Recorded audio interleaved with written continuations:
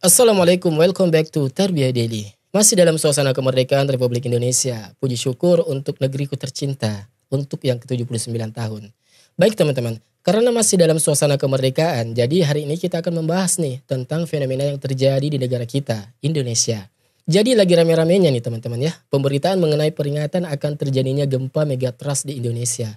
Ya, adanya berita mengenai terjadinya megatrust ini ya, bukan sebuah hoax belaka ya. Karena disampaikan oleh lembaga yang kompeten, yang memiliki ilmu dalam bidangnya, yaitu BMKG. Jadi bisa dipastikan ya kalau informasi ini valid. Ya tetapi uniknya nih teman-teman, setelah mengetahui berita tersebut, saya sendiri nih ya, nggak melihat adanya kepanikan di antara orang-orang Indonesia. Ya beda banget seperti waktu awal-awal COVID-19 itu ya, yang dimana di saat itu semua orang jadi panik banget. Yang mana semua orang yang membeli perlengkapan rumah tangga, bahan pokok-pokoknya, ya makanan semuanya ditimbun di dalam rumahnya. Nah kalau kali ini kayaknya anteng-anteng aja tuh ya. Dan orang-orang kayaknya udah cuek-cuek aja gitu ya. Apa ini orang ini pada nggak takut mati atau gimana ya? Jadi kayak semacam udah pasrah gitu teman-teman. Dengan apapun yang terjadi. Ya padahal nih ya, dari informasi yang saya baca nih, gempa megatrust ini bukan gempa kecil ya atau gempa biasa. Sehingga bisa berpotensi untuk menyebabkan berbagai kerusakan. Ya bahkan berpotensi tsunami. Selain Indonesia teman-teman, bahkan ada negara lain yaitu Jepang ya, yang sudah juga diperingatkan akan terjadinya gempa. Dan respon dari orang-orang Jepang adalah panik banget teman-teman. Ya, sampai-sampai mereka ini semua menyerbu supermarket untuk membeli barang pokok. Ya seperti beras, air, dan lain-lain. Tapi di Indonesia ini nih, ya beda banget nih. Ya sampai sekarang tuh ya, masih santai semuanya kalau saya lihat. Ya nggak salah sih ya, kalau ada orang yang nyebut negara kita ini tuh sebagai negara tersantuy. Ya, bahkan kita nih ya, masih merayakan hari kemerdekaan dengan benar-benar hikmat. Ya, dengan benar-benar santai. Sama sekali tidak ada yang memperdulikan peringatan-peringatan seperti ini. Ya kenapa bisa demikian? Apakah peringatan dari BMKG ini dianggap oleh orang-orang ini hanya sebuah angin lalu? Ya atau justru orang-orang udah males banget nih nanggepin peringatan kayak gini? Atau justru udah pasrah? Ya, padahal gempa ini ya nggak main-main. Nah hari ini ya kita bakal ngebahas ini teman-teman mengenai gempa megatrust ini. Apakah memang seberbahaya itu? Ya semengerikan itu? Atau sebenarnya biasa-biasa saja? Sampai-sampai masyarakat Indonesia saja ya menganggap hal seperti ini ya seperti peringatan sepele. Bagaimana cerita selengkapnya tentang fenomena yang satu ini? Langsung saja kita bahas di Daily Telling.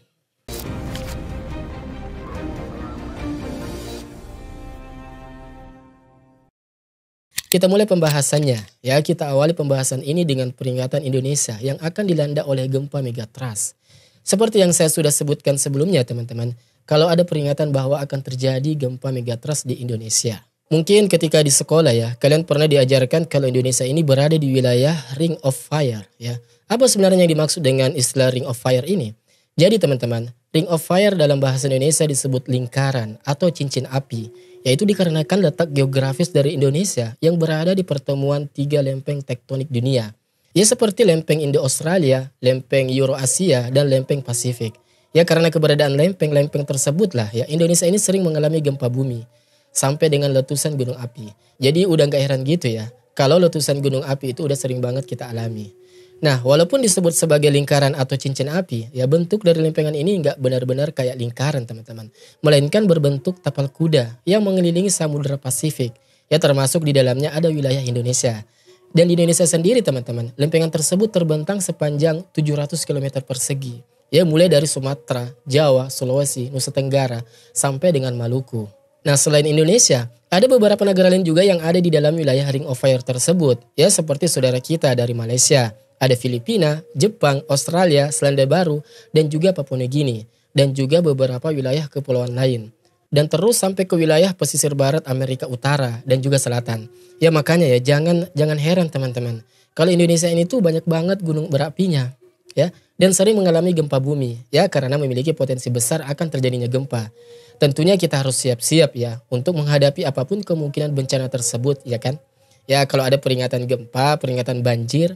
Ya kita harusnya waspada dan siaga ya. Tetapi lagi-lagi ya, bukan masyarakat plus 62 namanya. Kalau tidak menghadapi segala hal dengan santai. Saya contohin ya, satu saja hal ya. Kita udah tahu nih, negara kita ini beriklim tropis. Yang mana udah pasti kadang hujan ya, kadang panas gitu kan. Nah, tetapi masih banyak saja orang-orang Indonesia yang berpergian itu jarang bawa payung. Ya, atau jarang bawa mantel hujan. Ya, jas hujan gitu. Dan itu adalah salah satu contoh bahwa orang Indonesia itu sesantuy itu teman-teman. Jadi ibarat gini nih ya. pas mau maaf pup ya udah di ujung tuh baru mau nyiapin WC. Jadi kayak gitulah kurang lebihnya. Jadi kita tuh benar-benar negara yang santai. Nah sama halnya dengan peringatan tentang bencana alam. Biasanya tidak semua orang Indonesia bakal bersiaga atas peringatan-peringatan seperti itu. Ya sampai pada akhirnya ketika bencana terjadi, disitulah kepanikan bakal muncul. Nah seperti beberapa hari yang lalu nih teman-teman ya, Badan Meteorologi, Klimatologi, dan Geofisika atau disingkat dengan BMKG memperingatkan akan terjadinya sebuah gempa yang disebut dengan gempa megatrust di Indonesia. Ya gempa megatrust ini adalah gempa bumi yang berasal dari zona subduksi. Dan zona subduksi ini adalah sebuah wilayah di mana salah satu lempeng tektonik bumi terdorong ke bawah lempeng tektonik lainnya. Dan gempa ini sangat besar teman-teman, ya yang disebabkan karena dua lempeng yang terus bergerak maju satu sama lain dan saling bersentuhan yang menyebabkan gesekan antara kedua lempeng. Nah gempa megatrust ini terjadi di dasar laut sehingga sangat berpotensi akan menyebabkan wilayah yang berada di sekitarnya bakal terjadi tsunami.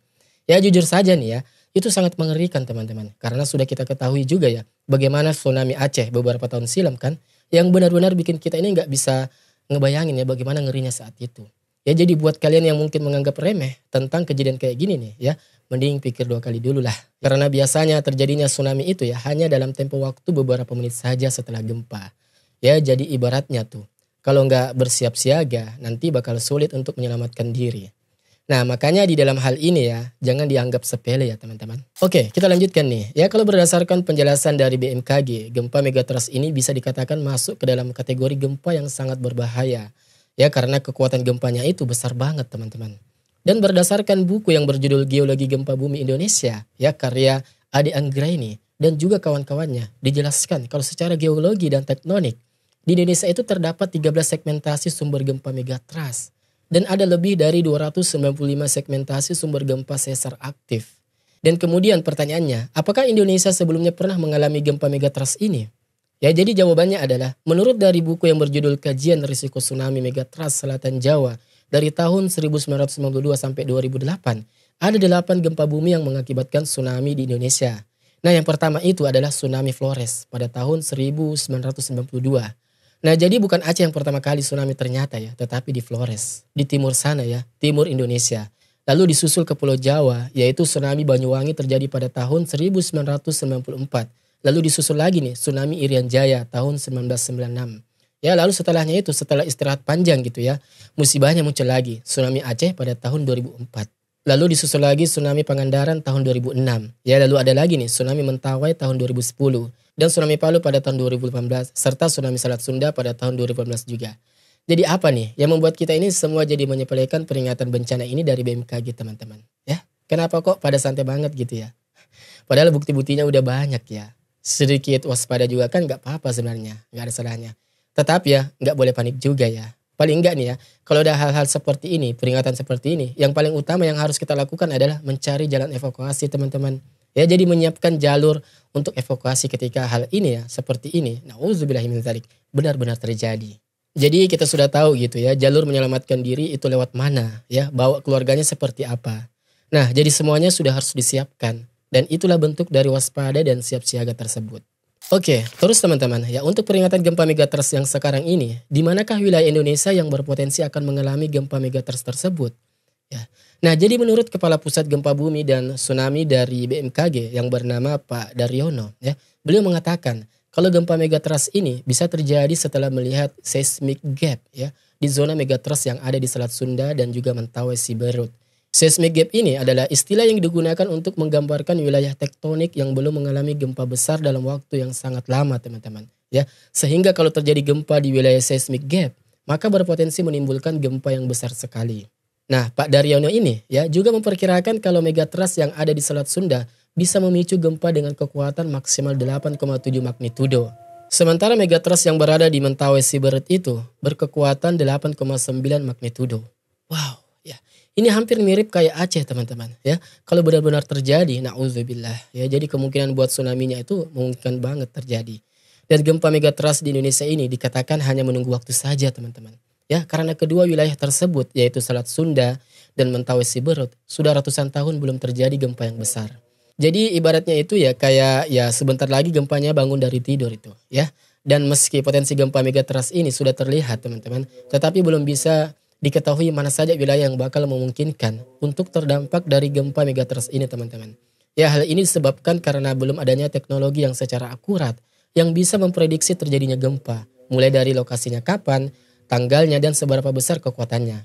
Nah kalau kita lihat dari rumor yang terjadi di Indonesia ya banyak yang mengatakan kalau gempa ini bakal terjadi hari ini ya. Hari di mana saya buat video ini nih ya pada tanggal hari ini. Nah tapi kan alhamdulillah nih ya udah jam berapa nih ya belum ada gempanya. Alhamdulillah ya jangan sampailah nauzubillah. Jadi itu artinya ya memang prediksi tetaplah prediksi. Bukan berarti bisa dengan pasti di jam berapa, tanggal berapa ya dan di mana akan terjadi gempa megatrust ini. Ya bisa jadi hari ini atau mungkin besok ya. Jadi walaupun sudah kita ketahui kalau berpotensi akan terjadi gempa, tetap saja nggak akan tahu nih kapan akan terjadinya. Kalau menurut media Kompas ya dikatakan ya, gempa bumi yang terjadi di megatrust Selat Sunda bisa dirasakan di wilayah Jakarta dan juga sekitarnya. Karena hanya berjarak sekitar 170 km dari pusat megatrust.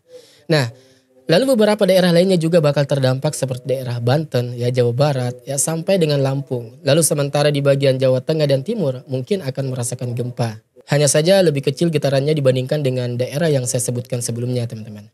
Nah bisa kebayang ya teman-teman, tsunami Aceh itu serem banget tuh. Ya di Aceh itu nggak ada gedung tinggi. Karena di sana tuh punya syarat bahwa bangunan itu ya tidak boleh jauh lebih tinggi daripada kubah masjid. Ya kubah masjid raya gitu ya. Ya bayangkan ya di Jakarta nih. Ya kalau gempa gedungnya tinggi-tinggi banget itu. Ya gedung pencakar langitnya banyak. Tower-towernya banyak. Dan flyovernya juga banyak. Kalau sampai terjadi, gimana kira-kira coba? Na'udzubillahi min dzalik. Jangan sampai lah ya. Semoga ya Allah Subhanahu wa taala masih memberikan kesempatan umur yang panjang dan kesehatan dan menyelamatkan kita dari musibah yang mengerikan seperti itu. Amin ya rabbal alamin. Oke, kita lanjutin ya teman-teman ya. Penjelasan tentang megatrust ini cukup masuk akal sih kalau saya rasa. Karena Jakarta, Lampung, Banten ya itu adalah wilayah yang dekat dengan Selat Sunda. Ya tentunya akan terasa kalau misalkan gempa yang cukup besar. Dan di Jakarta sendiri kan ya seperti yang saya katakan tadi, gedung-gedungnya banyak banget tuh. Ya kalau misalkan sampai terjadi gempa yang besar ya, kita nggak kebayang lah gimana mengerikannya Jakarta. Nah tapi teman-teman, berdasarkan keterangan dari pengamat tata kota, yaitu Pak Nirwono Yoga, ya gedung-gedung yang dibangun di Jakarta ini, mulai dari tahun 2000 ke atas, sudah memenuhi persyaratan gedung yang tahan gempa. Ya kabarnya gitu. Hal ini sudah terpenuhi pada saat mengajukan izin mendirikan bangunan atau IMB atau persyaratan bangunan gedung atau PBG yang dikeluarkan oleh Dinas Pelayanan Terbantu Satu Pintu atau PTSP. Ya dengan melibatkan Kementerian Pekerjaan Umum dan Perumahan Rakyat atau PUPR. Nah hanya saja nih ya, memang nggak bisa dipungkiri kalau seiring berjalannya waktu, kondisi bangunan bisa saja menurun. Sehingga perlu dilakukan ya pengecekan secara berkala. Apakah bangunan dari gedung tersebut masih kuat untuk menahan gempa atau enggak? Ya. Nah biasanya gedung itu akan dicek setelah 20 tahun dibangun.